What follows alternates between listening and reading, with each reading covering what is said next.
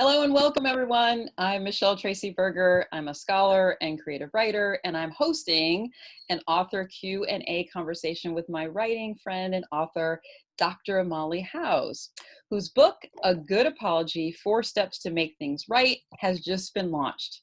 I'm super excited about today's discussion, and I want to tell you just a little bit about Molly.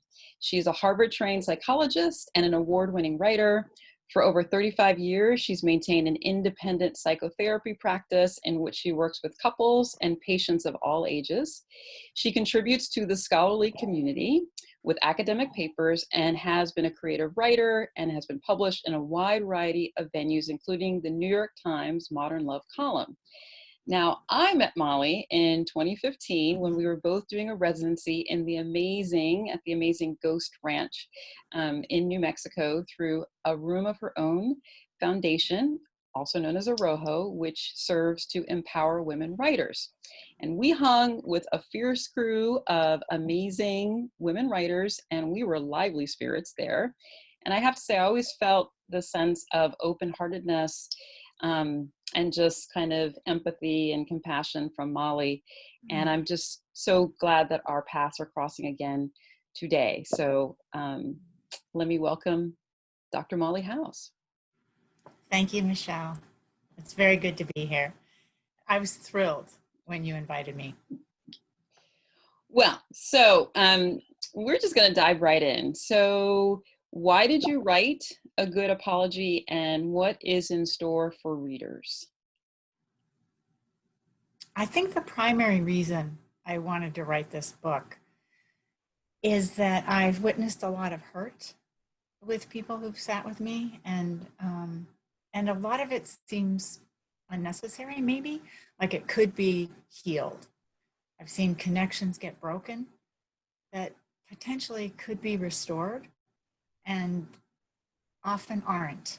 So it seems wasteful and sad. So I hate unnecessary pain. It moves me that they haven't been fixed. Well, I when I was reading it, I was just deeply moved by the storytelling that you do, drawing on client work and pulling various examples from everyday things that are happening in the media. I was also really struck by this idea of how our wiring, how human beings think about the world, as well as our cultural conditioning, can get in the way of understanding why apologies are important and why we tend not to do them well. So I know from personal experience that there are times where I'll just say a very I'm sorry, and not really think about the larger context. So I'm wondering if we can dig into some of the reasons why human beings, we tend to necessarily not be good at doing apologies in a more intentional and thoughtful way, as you outline in the book. Right. I think that we're not taught to, and we don't see models who are effective at it. So to start with, we don't really know what an apology even looks like in its fullest sense. And then there are these neuroscientific reasons. Among them, the fact that our brains want to be efficient, and returning to previous experiences and trying to fix them is not efficient for the way the brain operates. We also have these cognitive limitations, like it's sort of perceptual cognitive. We don't see things if we don't expect to see them. There are a lot of data about that, a lot of studies. So if we, for example, think of ourselves as good people, then we don't think we're the kind of person who could hurt someone, especially if we didn't mean to, right? So we don't see it, literally. So it's very hard to see our mistakes of all sorts. It's hard to see our perceptual mistakes, much less our emotional or interpersonal mistakes. And we live in a culture whose dominant model tells us we should be independent and sure of ourselves and confident in our views and not to question ourselves. So that doesn't really lend itself to wondering if we hurt someone or wondering what someone else's experience is. Yeah, and I was also really struck by thinking also about the broad cultural conditioning and how that can be gendered. In particular, you talk a little bit about that, Mhm. the way sometimes men are raised or socialized to think that apology is a type of weakness, or being Yeah, vulnerable is a type of weakness. I thought yeah, that was very interesting. yeah. I think it's an extra burden for male people. Hmm.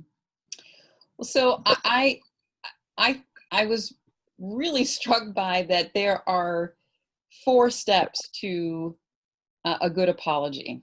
Mhm. Um, and I know that was not necessarily modeled in my house. And as you said, Right. not necessarily modeled in popular culture. And you also talk a lot about why, you know, particularly in sort of love relationships, when there's this idea also that, well, if I love you, if we love each other, I don't really need to apologize, or I can do it, summarily, let's just say, right? Yeah.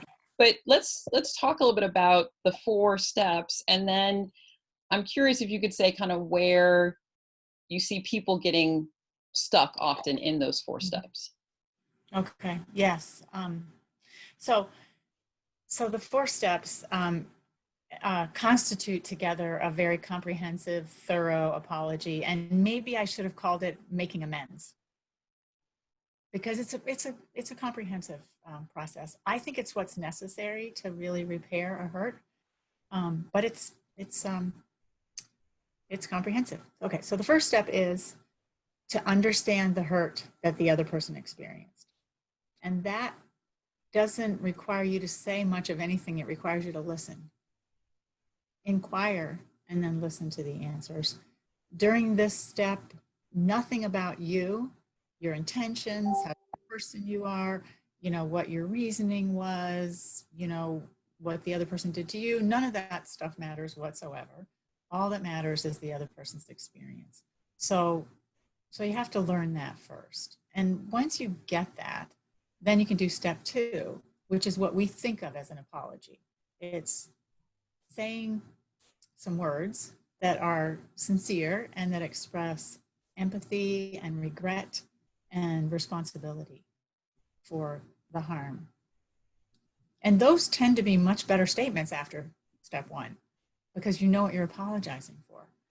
Um, Step 3 is to make right what was done wrong. So that's restitution, reparations, replacement, sort of making the other person whole in a financial sense if it's not a personal relationship. Um, Sometimes in a relationship, it's replacement that's of a symbolic value, not of a monetary value, or it's a do-over. But in larger schemes, it's a very important and crucial discussion. For example, in the context of reparations for slavery, it's now in the Congress again as a potential bill. And so it's complicated and crucial. Step 4 is to make sure that the harm doesn't get repeated. So if someone says they're sorry, even if they say it well, and then they do the same thing again, it doesn't really work. I'd say that's an incomplete apology because the last step is ensuring that it won't happen again.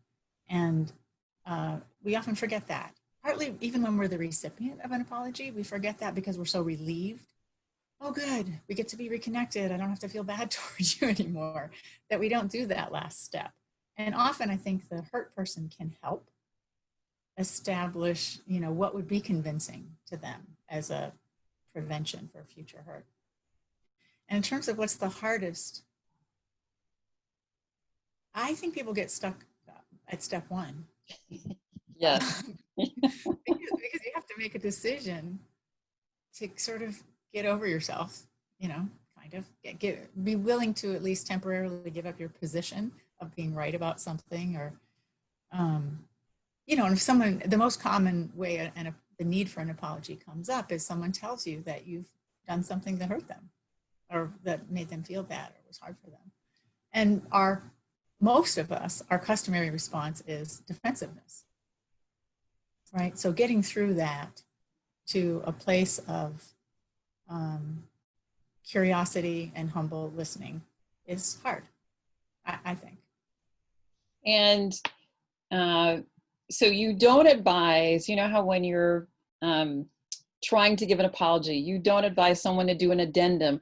Well, I really meant that this, or I didn't mean to hurt you, or you're not you're not kind of interpreting, I am sorry, but you've misinterpreted my action. So you don't necessarily recommend that addendum that often can happen in apology exchanges. Sure. Well, you might want to talk about that afterwards because it matters. I mean, it matters that you didn't intend to hurt your friend or your lover. It matters. But it just doesn't matter in the beginning. What matters Mm, is what happened to the other person. So mhm, it's more about your caring about them than mhm. it is about what anything meant to you. That comes later. And it might really be worth talking about later. And I think step two, what's so powerful too, is to acknowledge the sense of, I understand that you have really been injured in this process, right? Mhm. And I think that's another way we kind of, um, we miss that along the path, really. Like it's not just this, it's really trying, as you said, understand from an empathetic way that I've injured this person that I care about, or this person I have some sort of relationship with. Yeah, Um, and that's different from blame, right? mhm, Focused on blame. It's not my mhm. fault. I wasn't the one who caused this. Yes. Right? And blame is less relevant in my book. Mm, It's relevant in lots of things, but it's not relevant to me in this model. Um, and even in the case of some apologies, you're not to blame, but still someone else has been hurt. And so let's say, I mean, in the case of slavery, for example, I didn't do those things a long time ago. Nobody alive today did those things a long time ago, but white people benefit. And benefiting is enough reason to take responsibility, I'd say. I didn't cause it, but I'm to blame if I allow it to continue, I'd say. So so it's caring about the effect on the other person and taking whatever kind of responsibility for repairing it, which is not saying I'm to blame for it. and it's such a powerful time to talk about this work. And I know you drew on um, several different contexts in terms of looking at philosophical models, religious models, cultural models, and kind of then building your own um, model. And I'll get back to that in a minute. I do want to say something about the apology receiver, because I think implied in the book too is that we have to be better about also receiving an apology, because and I'll just say from sort of maybe a personal sense, or the sense of gender socialization, what I see is a lot of women, female identified people, often um, being so uncomfortable that someone is actually apologizing to them, even though they believe they deserve it. They will cut off and be like, it's really okay. Okay, you said you're sorry. It's really okay. And you actually have a example in the book related to a couple that are kind of struggling with that. But anyway, so I just think there's something to be said too about the person who receives the apology needs to let the process unfold as well. Right. And even harder is to require it to unfold because sometimes the recipient isn't ready in the beginning, Mm, hasn't quite figured out what was wrong with what happened, or is still too mad or raw or hurt. And so, to let an apology sort of go by you without really engaging in it is a mistake because you don't get the real reconnection, mm. really get to find a common understanding. Just And that's what that's what you argue is really the benefit, right, of all of this hard work, right, is that we want to be more connected as humans to each other. And out of your therapeutic practice, you saw the way in which these deep harms were held over long periods of time because people did not get the apology they believed they deserved or weren't able to give the apology, which I think is really powerful. So that there's a larger benefit to human culture and human relationships. I Did think I so. get that right? Was that? I think that's really well said. Yes, thank you. um, Could you well, write that down for me? sure. um, I have to thank you too, because I was actually in a situation literally this week. The outcome of a situation that happened earlier, where I was part of an organization. We were putting on an online conference, and someone um, got got sort of dropped out of Zoom, sort of a technical issue. But because they were from a marginalized background, and some other things that happened, they believe that, one, they had been dropped intentionally, Oh, and they also believe that the moderators were not calling on them because of maybe who they were, right? And so I was one of the sort of background organizers. And so then this person sends a very intense email, and then we had to respond as an organization. And I actually took your book, and said, here are some practice scripts we can use. oh, And wow. so it was really powerful. And I just sort of gave a little bit of the outline of your, the comprehensive apology. And and so I want to ask you about, so at the end of each chapter, as you are going through the steps, there are these amazing practice scripts that give people some languaging around how to go about the steps of the apology. And I was just curious if, you already had those organically, or they came out of, the work that you've been doing with clients, or it's something that maybe your editor said, can you help bring this in a way to make it even more tangible? Those practice scripts are amazing. I just want to say that. I'm glad. I'm glad. I'm glad. But before I answer that, can you tell me how it worked out with the Sure. person in the Zoom call? So I the sort of main organizers had already responded to this person's email, and I thought they did a very effective job. But then I said, here's the pieces that we're missing. And I thought we were missing a little of number 4, Yeah, right? I mean, yeah. we really acknowledge, and this is kind of going back to something I said earlier, or you said earlier, it wasn't our fault. Like, literally, people were getting dropped out of Zoom all the time. But this person's perception Mm-hmm. was that it was against them. Mm-hmm. And so instead of spending a lot of time on that perception, we just moved to, we're so sorry, we see that you've been harmed. Yeah. And now we're going to get on a phone call with this person and try to, continue to listen, and then get to step 3 and 4. Great. Great. Good. Okay. I'm glad. I'm glad.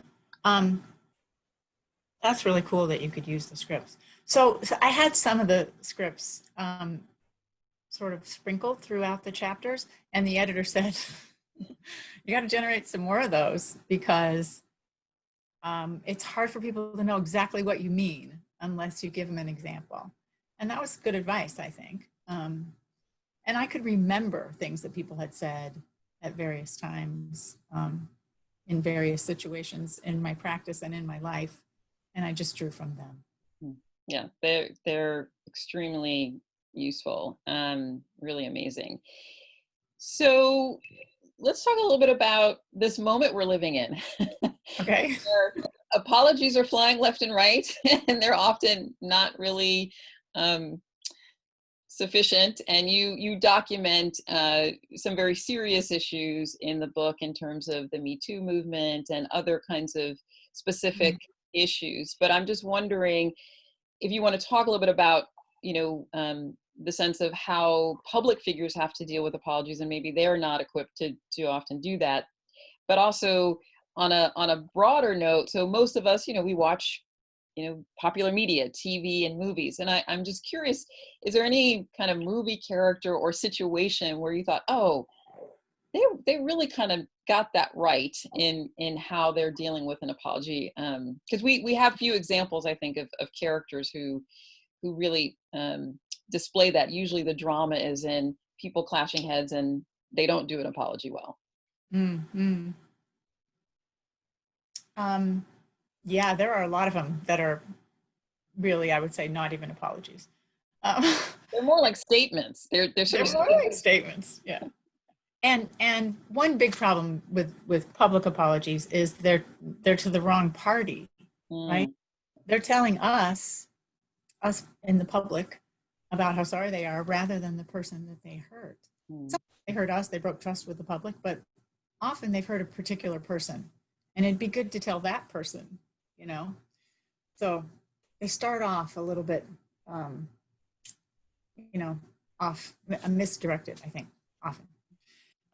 So I was thinking about this question because you told me that you might ask me this question about movies. And so I watched a movie last night that I thought had a good apology in it and it actually didn't. So then this morning I watched another one and it's a beautiful example. And it's the movie Christopher Robin. Oh yes! Oh my goodness, such a sweet It's movie. it's such a sweet movie, right? And there's a scene where so the dad, Christopher Robin, has grown up and he's forgotten about the 100-acre wood and Winnie the Pooh and everybody. And he has a daughter and a wife, and he's perpetually leaving them because he has to work, and he's very serious and he's very stressed about his work. So there's a crisis and everything goes wrong, and then at some point, and they're about to send their daughter away to boarding school. So at some point, she rescues one piece of his work paper and says, "I got one piece, but I lost the rest, and I'm sorry, and I'll be going to boarding school soon." And he says, "Oh no, no, no! I was wrong about work. I was wrong about everything. I was a father of very little brain." Mm. Mm. It's so great. I mean, very little brain is what Winnie the Pooh says about himself. So it's very touching that he understands. He listens to what she's upset about, and he understands. And then he tells her how sorry he is, and then he makes it right. He says, "Oh no, no, you don't have to go to boarding school. Stay with us. Stay with us." And um, and then he changes the future. And the way he does that is that he notices his wife says something about, it depends on how you look at it. Eeyore says, "Well, there's another disastrous outing." The mom says, "Well, it depends on how you look at it." And so he turns the paper upside down and he has an illuminating moment, and he tells his wife she's brilliant, and which is a change because he hasn't been very attentive to her either. And then he runs into the meeting and changes the way the company treats its employees and gives everybody paid vacations, and they're going to live happily ever after. And the boss says, "Yay, here's a project you can do, then you can make this happen." He goes, "Well, I will, but first I'm going to go on vacation with the people that I love."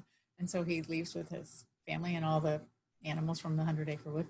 So he has changed, and he's demonstrated that he's changed, and it's going to continue to be maintained. So that's a really long talking. I love it. It's such also a very great movie for thinking about our perceptual biases and getting into ruts Yeah. as well. So no, that's a great example. And he gets off of automatic pilot. I mean, I think that's the other thing. Your work is requiring us to get out of an automatic pilot and sort of a mindlessness approach to Correct. apology and reparation work, right? I think that's why step one is hard, but it's why step one is not impossible, right? Because we can deliberately override our customary ways of thinking about things. We're capable of that. It's not even that hard once we decide to, I think. And then the other steps follow with less internal resistance. It just kind of makes sense, right? Nothing in this book is very complicated or very magical, right? It's all common sense. But it's put together in a way that's accessible and not the way we usually think about it. So I think it's valuable, but it's not mysterious. It's very accessible, and it was a joy to read. It's wonderfully written. I think for me, it is the practice, right? It all comes down to people being willing to practice, and you take us into some places through telling the stories of some of your clients and seeing their growth, which I just think makes the reader want to be more in line with that when something does happen, right? And it also, I don't know if you've heard this from other readers, but it also made me think of times where I didn't give a good apology, or times where I did receive a good apology, or, past hurts. So I think it's very powerful in that regard Yeah. as well. Yeah, it is a phenomenon. Apologies are a thing that everybody has some exposure to in a good way or a bad way or both, right? It's very universal. So we've been digging into the book, and we will come back to that in a bit. But I also love to talk with you a bit about your experience of being a writer and as an author. So I know that at Ghost Ranch you were working on a memoir. I believe you were working on a memoir originally, Right. and so did you always want to write? Did you come to more creative writing, creative nonfiction writing later in life? How did that, where are you on that continuum of always wanting to write, or just coming to writing later in life? Yeah, it's a great question. And just this weekend, I was talking to my son, who's grown up, and right before he was born, I I took a time away from my regular salaried job. I still had my practice, but I took some time, sort of half time off, and took a writing class. And I wrote stories, and then a good job came along, and I took it. And then I started having children. So I actually never got back to it until the kids were going to college. And I think that was a time that I began to feel like I had more brain space available for it. So it's long-standing, but interrupted, I'd say. And the first book I wrote was a childhood memoir, and it has not sold yet to a publisher. And but I had a wonderful experience that led me to write this book. Mm. I've been writing op-eds and columns and submitting them for about 10 years about apologies because I'm very interested in apologies. So you were building a baseline of that work. No, but they never got accepted, and they didn't get accepted because because there was too much stuff in them. I just had too much to say about it. Mm. So it finally began to seem to me like maybe I had a book instead of a column. And then I did have one accepted in the fall of 2018 during Brett Kavanaugh's confirmation hearings. That began as an open letter to Joe Biden about when are you going to apologize to Anita Hill. Mm. So I thought I had this apology model and I was interested in doing it, but I also think the largest overdue apology of our time is the one that white Americans owe to Americans of color. So I have been working hard to learn what I can about this whole field, and for about the same amount of time I've been writing, so 10 or 12 years. And at some point, it seemed to me the two of them came together, that the apology model could be a framework for how white people could approach this great repair that is needed. So I kept pitching it. I went to places and pitched it to agents, and all the people on the panels were always nice about the apology model and said, you can't write a book about race. So one of them, very interested in the apology model, and she followed up with me, and eventually she left where she was, and it took a couple of years for her to send an agent to ask me if I would work with her to write a proposal for this editor. So it was like the Cinderella story. Agents don't usually come to find you, especially wonderful people like this one at a great agency, Catherine Flynn. And so it took about a year to write the proposal about the apology model. And I was at first resistant because I didn't think it was enough. That's not what my passion project was, but as I worked on it more, I thought I found more depth and meaning in it. And so that was a good experience. And hopefully what I can do next is return to that other project now that I have this basis. Well, what such a beautiful unfolding of that story, and that it yields so many insights. One that I'm always saying, there's no one path to being a writer, right? And projects morph and change over time. And Cinderella stories also do happen, right? Because you were already doing the hard work, right? And pitching, Right. and putting yourself out there and going deeper. And so that's such an amazing story that then it kind of comes full circle. And then you worked for a year on the proposal, and for our viewers, people who have not written a nonfiction book proposal, it is no joke. I mean, there's a specified way of doing it. There's all of that encompassed in that. And they're usually 25 to 40 pages long. You have to do market considerations, all of that. So you were doing all of that with the help of this, or support of this agent who was giving you feedback. That's fantastic. Yeah. Yeah, it was great. Yeah. So what did you learn about yourself as a writer through this book?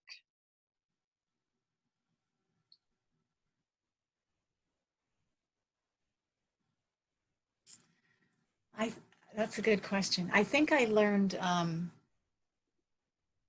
to trust what I know and pursue it further than I might, and then weave in other sources, research, and things that what I'm writing about reminds me of.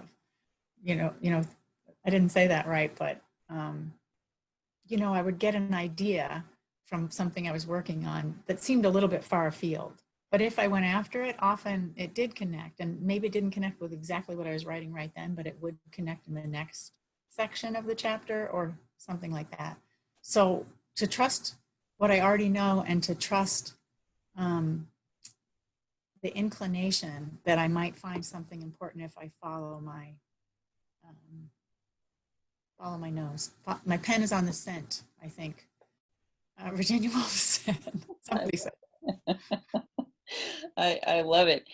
And so what, now that so that experience is past, you now, the book is done and out, what's it like being kind of the newbie author in this regard? So this is a very different kind of book than the memoir that you wrote, and this is your sort of debut. Traditional publishing, they make so much of a big deal about like the debut author, but like it is your debut. So what's been surprising, interesting, as well as maybe difficult or challenging, maybe, about navigating all of that? Yeah, it's a foreign world. It's a little less foreign than it was a few weeks ago, but it's completely different than being a writer. The skills necessary are very different, and I think they would appeal to a different kind of person than the person who wants to be a writer, right? They're just so one of the hardest things is keeping up with the social media requirements and expectations. It's stressful, and it's fast, and I prefer being thoughtful and slower. Some of the interviews, like talking with you, have been interesting and fun, like having a good conversation with somebody I really like. And some of them have not been like that. So I think I'm getting a little more comfortable with just being present and kind of hanging out with the material. I love the book. I love what's in it. And so it's kind of a great opportunity to get to talk about it. So. And I think that you speak to something that a lot of people who don't have a book out, or unpublished, or learning writers, that the expectations for traditional publishing, but even if you decide to do indie publishing, self-publishing, that there is a level of engagement that is required that is, like I said, very different than the contemplative quiet practice writing. And those are different skills. You know, we have to pick up those skills and that training sort of on the job, right? Yeah, yeah. But from my perspective, you're doing a great job. And hopefully having some fun. And you've been through this before. So as we start to come to a close, I'm curious about a couple of things. One is, you said you're going back to your previous project and trying to get that sold. And so what's your writing practice, given that you are still, full-time psychotherapist, you're promoting your book, you do all the other things that you do, as well as dealing with the world that we live in. So how has your writing practice shifted a lot, and are you looking to move it back to maybe the way it was before the book, your current book? Yeah. Or My writing practice is much more spotty currently, just because of time and mindset. But I think I think the most important thing about my writing practice has always been getting back going again. There always are interruptions and times when I think, oh, I'll never be able to write again, or I'm not a writer, and blah, self-doubt. So if I put myself in the chair and sit there and make a space, something will come. And I just have to start over again. I have to start over again all the time. And now I believe in starting over again. I believe that it's valuable. I believe that it's the key to keeping on going and to producing material.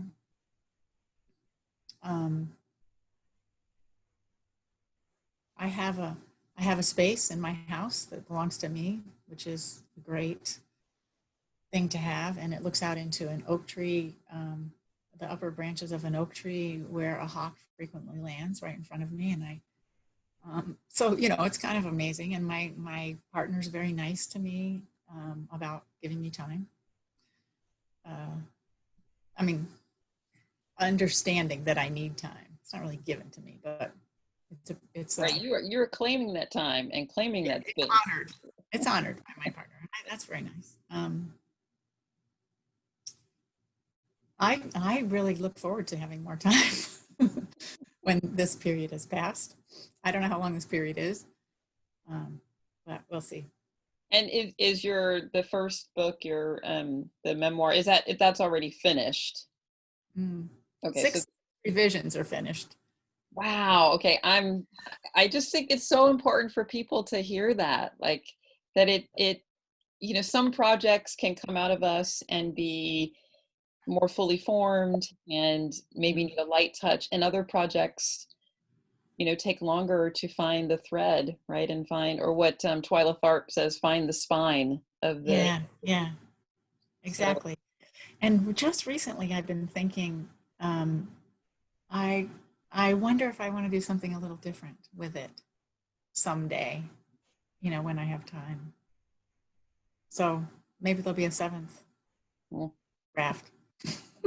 Well, we will look forward to it. So I like to ask everyone, when I usually do this in blog written form, but I always ask writers, what is a writing tip that you would like to share? And it can be, craft, productivity, process, anything. Yeah, I think I already gave you my best thing. Trust yourself I was thinking maybe that's what you would say. Trust yourself. No, it's coming back. Oh, coming back to the work. Okay. Yeah. Because we all get off and we get caught in spirals of doubt and life intrudes. So then coming back. Because if you're writing, if you're moving your hands on the screen or the pad of paper, on the keys of the scrap pad of paper, then you're a writer. You're writing. That's all you have to do. Yeah, beautifully said. Thank you. So where can people find you, Molly, and follow you on social media and find your work and just dig into what they need, which is some help with their apology giving or doing? My website is mollyhouse.com. You might have my name somewhere on your thing so people will see it. And And that's House with an E.